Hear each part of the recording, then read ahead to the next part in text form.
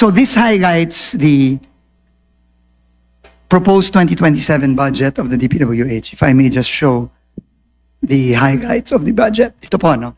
It is a budget of 643.95 billion.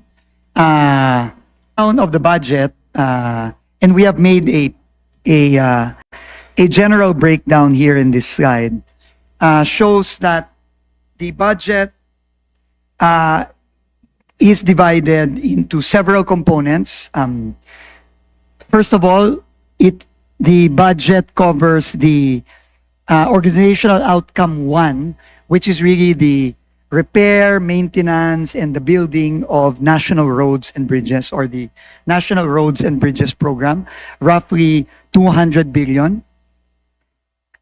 The Foreign Assisted Projects Program, these are covered by the various official development assistance loans and comprise of the big ticket flagship projects, not only of DPWH but of the entire government.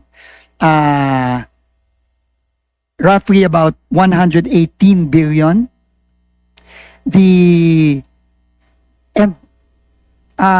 For this year, as we all know po, noong 2026,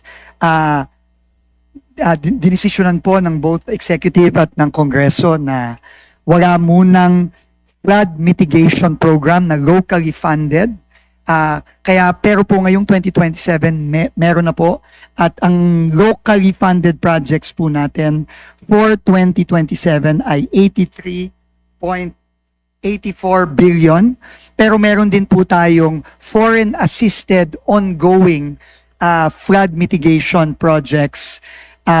Kasama po ito dun sa 117 billion foreign assisted projects worth 19 billion.